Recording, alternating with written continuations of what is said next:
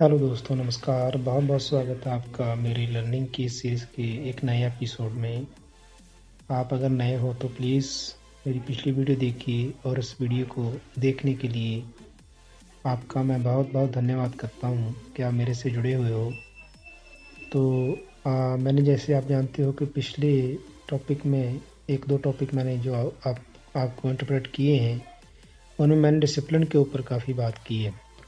तो actually discipline जो है उसके बारे में बात कर चुका हूँ कि डिसिप्लिन का एजुकेशन के साथ क्या रिलेशन है, डिसिप्लिन और एजुकेशन कैसे आपस में जुड़े हुए हैं और डिसिप्लिन एजुकेशन में अंतर क्या है। ये सभी बातें मैं डिसिप्लिन के ऊपर कह चुका हूँ।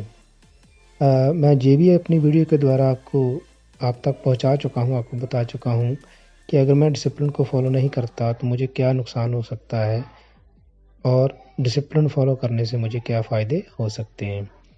तो दोस्तों, आज की जो वीडियो है ये भी डिसिप्लिन के ऊपर ही मैंने बिल्कुल तैयार की है। और आज मैं आपको बताने जा रहा हूँ कि जो डिसिप्लिन का मेन हीरो होता है हमारी सोसाइटी में वो लर्नर होता है, चाइल्ड होता है। तो आज मैं चाइल्ड के ऊपर ही आपको बताऊंगा कि चाइल्ड ऊपर डिसिप्लिन कैसे लाई करता है और डिसिप्लिन डिसिप्लिन्ड चाइल्ड कैसे आपस में जुड़े हुए हैं और कैसा असर डिसिप्लिन का चाइल्ड के ऊपर होता है और चाइल्ड के लिए, लर्नर के लिए कैसा डिसिप्लिन हमें क्रिएट करना चाहिए, इसके बारे में बात करेंगे। तो दोस्तों चलिए शुरू करते हैं। दोस्तों, सबसे पहले बात जब मैंने आपसे पहले की है कि चाइल्ड जो है हमारा सेंटर्ड पार्ट है हमारी सोसाइटी का, हमारे एजुकेशन सिस्टम का, जिसके ऊपर सारी की सारी बात टिकी हुई होती है कि जो भी हमने शिक्षा देनी है, जो भी हमने प्रोसेसिंग के द्वारा बच्चे को समाज के लिए एक उपयोगी साधन के रूप में विकसित करना है, तो हमें क्या करना होगा, हमें चाइल्ड के ऊपर, बच्चे के ऊपर फोकस करना होगा। मीन्स टू से कि सभी का सभी जो हमारा प्रोसेस है, हमारा जो ध्यान है, मॉडिफाई करके हमको सारे का सारा बच्चे के ऊपर लेकर के आना होगा। तभी एक डिसिप्लिन वे में हमारा एजुकेशन सिस्टम काम कर पाएगा और बच्चे को इसका फ़ायदा हो पाएगा। तो चलिए सबसे पहले बात कर लेते हैं कि चाइल्ड जो है, जिसको लर्नर कह लो, प्यूपल कह लो, जहाँ एक शिक्षक जो है वो कैसे जब शिक्षा लेता है तो घर से लेकर के स्कूल तक, स्कूल से लेकर के पूरे इन्वायरमेंट तक और सोसाइटी से लेके पूरे इंटरनेशनल लेवल तक कैसे उसके काम आता है ये डिसिप्लिन, उसके बारे में बात करते हैं। तो सबसे पहले हम बात कर लेते हैं, जब हम बच्चा पैदा होता है तो उसकी जो सोसाइटी है, उसका परिवार है, उसके भाई बंधु हैं, उसके माता पिता हैं, दादा दादी हैं, उसके नाना नानी हैं, उसके मामा मामी हैं, जो भी उसका परिवार है, फैमिली है, रिलेटिव्स हैं, वो सारे के सारे उसके पैदा होने पर उसको बहुत सारी खुशियों से नवाजते हैं, मुबारकबाद देते हैं।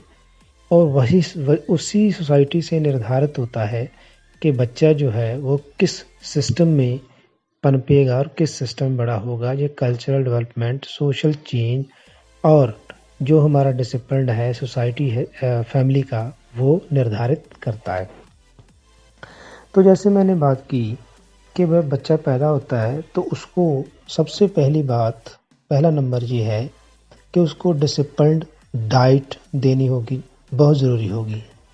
डिसिप्लिन को फॉलो करने के लिए डिसिप्लिन्ड डाइट चाहिए उसको। अब डिसिप्लिन डाइट क्या होती है? डाइट तो सभी लेते हैं भाई। डिसिप्लिन डाइट वो होती है जो हमें हमारे शरीर, फिजिकली हमारे शरीर के लिए सारे तत्वों के साथ बहुत ज़रूरी होती है। हमारे घर में जितने भी बच्चे होते हैं, हमारे अपने बच्चे होते हैं, हम कम ही इस बात पर ध्यान देते हैं कि वो कैसी डाइट ले रहे हैं, क्या उसमें पूरी की पूरी संतुलित डाइट जो है, पूरी की पूरी कंप्लीट डाइट जो है बच्चे को दी जा रही है, जो उसकी नरोनमा के लिए, उसकी नरिशमेंट के लिए ज़रूरी है। कभी ऐसी डेफिशिएंसी आती है जब हमें डॉक्टर के पास जाना पड़ता है और डॉक्टर रिकमेंड करता है कि इसको इस विटामिन्स की या प्रोटीन की या इसकी डेफिशिएंसी है, इसलिए ये बच्चा आपका ऐसा है या कमज़ोर है या ऐसी उसी बीमारी हो गई है। तो तब हम अपने आप को जगाते हैं और सोचते हैं कि जी हमने क्या किया, हमें इसका ख्याल रखना चाहिए। तो शुरू से ही एक चार्ट बना के रखना चाहिए बच्चे के लिए, बहुत ज़रूरी है। थोड़ा सा टफ काम लगता है घर में, लेकिन होना ऐसे ही चाहिए। पहले 6 साल तक उसकी जो माइंड की नशोनुमा है, उसका दिमाग जो विकसित होता है, पहले 6 साल में उसकी स्पीड बहुत ज़्यादा तेज़ होती है। तो उसके लिए उसकी डाइट का प्रॉपर ध्यान रखना बहुत ज़रूरी है। ये तो हो गई उसकी फ़िज़िकल डाइट की बात। साथ ही साथ उसको इंटरनली डाइट की भी ज़रूरत होगी। इंटरनली डाइट क्या होती है? इंटरनली डाइट वो होती है जो हम उससे बातें करते हैं, उसका स्वभाव निर्मित करते हैं, उसको बातें करना सिखाते हैं, उसको परिवार में रहना सिखाते हैं, परिवार के नॉर्म्स बताते हैं, परिवार के जो भी रूल्स रेगुलेशन बनाए हुए हैं परिवार में, अच्छे रूल रेगुलेशन, वो उसको सिखाने होते हैं, उसको बताने होते हैं। तो जो इसकी इंटरनल डाइट है, इंटरनल डाइट का भी ख्याल रखना होगा। उसकी सोल जो है, आत्मा है, उसकी शुद्ध बनानी होगी। शुद्ध विचारों से, शुद्ध बातों से, शुद्ध उसको पठन करवाना होगा। कौन सा पठन? घर में अगर आप धार्मिक शिक्षा बच्चे को देते हो, अच्छी बुक्स के रेफरेंसेस बच्चे को देते हो, अच्छे शब्द उसके साथ बोलते हो, पॉजिटिव शब्द बोलते हो, तो बच्चा इंटरनली फिट होगा, इंटरनली डिसिप्लिन्ड जो है उसकी नरिशमेंट होगी। तो सेकंड बात कर लेते हैं कि डिसिप्लिन्ड फैमिली। बच्चे के लिए एक डिसिप्लिन्ड फैमिली होना बहुत ज़रूरी है। अब डिसिप्लिन्ड फैमिली क्या होगी? जो डिसिप्लिन्ड फैमिली होगी, उसमें सबसे पहले हमको बच्चे को देखते हुए अपने आप को बहुत सारा चेंज करना होगा। चेंज क्या करना होगा? अगर हम कुछ ऐसी बातें हैं जो बच्चों के सामने नहीं की जा सकती, वो नहीं करेंगे। कुछ ऐसे काम हैं जो बच्चों के सामने हमने नहीं करने होते, वो नहीं करेंगे। मेरा कहने से अभिप्राय ये है कि बच्चे जो होते हैं बहुत शार्प माइंड होते हैं, जिनको हम कहते हैं इनको समझ नहीं आती, वो छोटी छोटी बातों को लेकर के उनसे क्या है, एक अपनी याद में उसको बिठा लेते हैं और ऐसा बार बार वो करने की कोशिश करते हैं। उनको लगता है कि ये बड़े कर रहे हैं, तो ये जो जब हम करेंगे तो हमको भी इस बात में आनंदित महसूस होगा, खुशी होगी। तो कुछ काम जो हैं बड़ों के करने वाले होते हैं।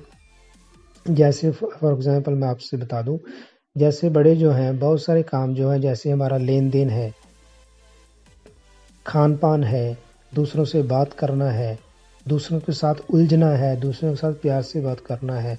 कुछ ऐसी ऑफिशियल बातें, घर की बातें हैं जो बड़ों से ही की जा सकती हैं, वो हमें बच्चों से नहीं करनी होंगी। तभी वो हमारी फैमिली जो डिसिप्लिन्ड फैमिली कहलाएगी। तो इस बात को ख्याल रखना है कि फैमिली को डिसिप्लिन्ड वे से रहना होगा, तभी बच्चे को हम डिसिप्लिन के लिए तैयार कर सकते हैं और डिसिप्लिन बच्चा जो है वो हम एनवायरनमेंट को दे सकते हैं। तीसरी बात कर लेते हैं। तीसरा है डिसिप्लिन एनवायरनमेंट। हम डिसिप्लिन एनवायरनमेंट कैसे क्रिएट कर सकते हैं? जैसे पहली दो बातें मैंने आपको ऊपर बता ही दी हैं कि जैसे उसकी हमने डाइट का ख्याल रखना है और फैमिली के रिलेशन जो हैं उनको बहुत सॉफ्ट रखना है बच्चों के साथ। उनका बिहेव जो है, अपने बिहेव से जो है उसको पॉजिटिवनेस देनी है, नेगेटिवनेस नहीं देनी है। तो एनवायरनमेंट यही है। एनवायरनमेंट, जब तक बच्चा स्कूल नहीं जा पाता है, उसका एनवायरनमेंट जो है वही काम करता है। अब बात कर लेते हैं स्कूल के एनवायरनमेंट की। तो स्कूल के एनवायरनमेंट में बहुत सारी बातें आ जाती हैं। पूरा का पूरा स्कूल सिस्टम जो है एनवायरनमेंट में आ जाता है, जिसमें अध्यापक भी हैं, बच्चे भी हैं, सोशल जो इंटरप्शन है, जो सोशल एक्टिविटीज़ हैं स्कूल में वो भी हैं। बच्चे को सिलेबस भी है, मेथड ऑफ टीचिंग भी है और बहुत सारी ऐसे बातें हैं जो बच्चा को करिकुलर एक्टिविटीज़ भी करता है साथ साथ में, वो भी है। स्टेज परफॉर्मेंस भी है, गाइडेंस भी है। बहुत सारी ऐसी बातें हैं जो स्कूल में बच्चा करता है, एनवायरनमेंट में करता है, वो सारी बातें एनवायरनमेंट में आ जाती हैं। उन सब को डिसिप्लिन वे में ढालना होगा, जो मैं अपने आने वाले वीडियो में आपको और अच्छी तरह से बताऊंगा कि एनवायरनमेंट में कैसे डिसिप्लिन काम करता है।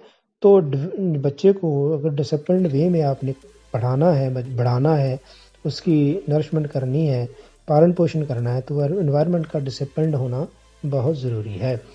चौथी बात कर लेते हैं, जो हमारा स्कूल सिस्टम है। जैसे एनवायरनमेंट में ही आ गया सब कुछ, तो हमारा स्कूल सिस्टम है जिसमें अध्यापक हैं, बच्चे हैं, हमारा एडमिनिस्ट्रेशन है स्कूल का। स्कूल की जितनी भी प्रोसेस है, जैसे पढ़ने से लेकर के को करिकुलर एक्टिविटीज़ तक हैं, बच्चे के गेम्स तक हैं, गेम बच्चे को बाहर लेकर के जाकर के परफॉर्म करवाना है, ये सारे का सारा स्कूल सिस्टम करवाता है।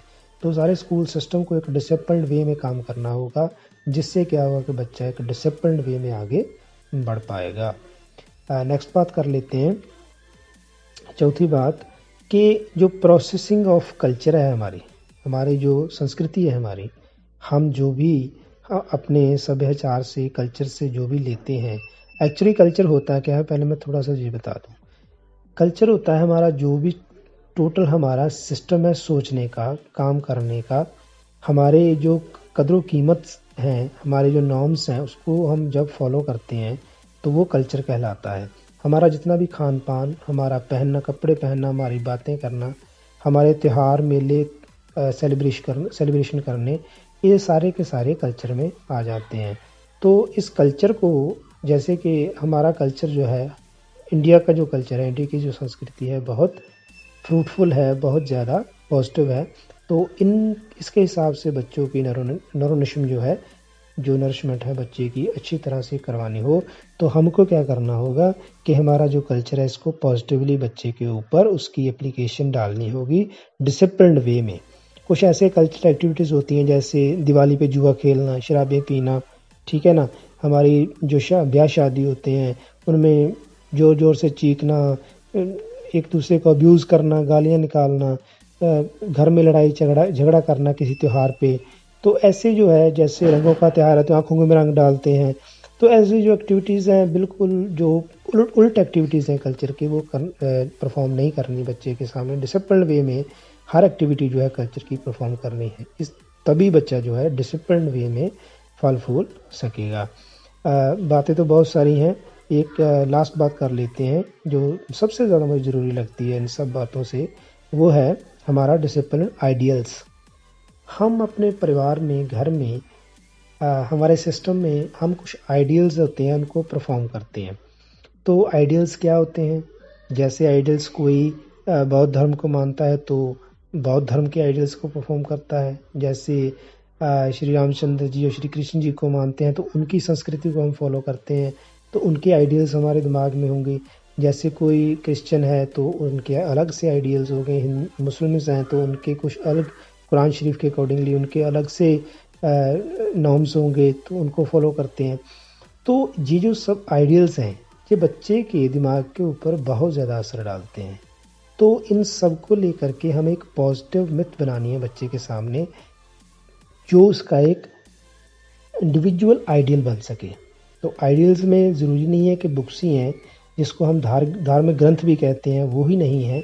उनकी धार्मिक पर्सनैलिटीज़ जो हैं, अगर वो उसके सामने रखती जाएं, उनकी बात बार बार की जाए, तो उस बच्चे के मन में, चाइल्ड के मन में, लर्नर के मन में एक आइडियल बन जाएगा और उस आइडियल को वो फॉलो करेगा तो एक डिसिप्लिन्ड वे में उसकी पर्सनैलिटी निकल करके सामने आएगी।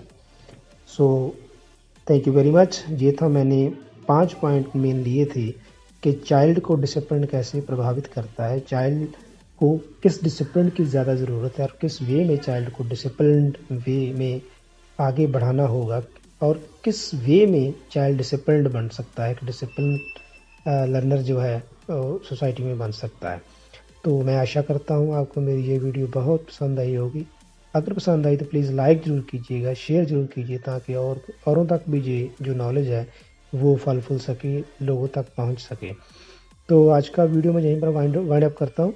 नेक्स्ट वीडियो में मैं बात करूँगा कि कैसे जो हमारा टीचर है वो एक डिसिप्लिन्ड वे में कैसे काम करता है और डिसिप्लिन का टीचर के ऊपर क्या असर होता है। तब तक के लिए मुझे इजाज़त दीजिए।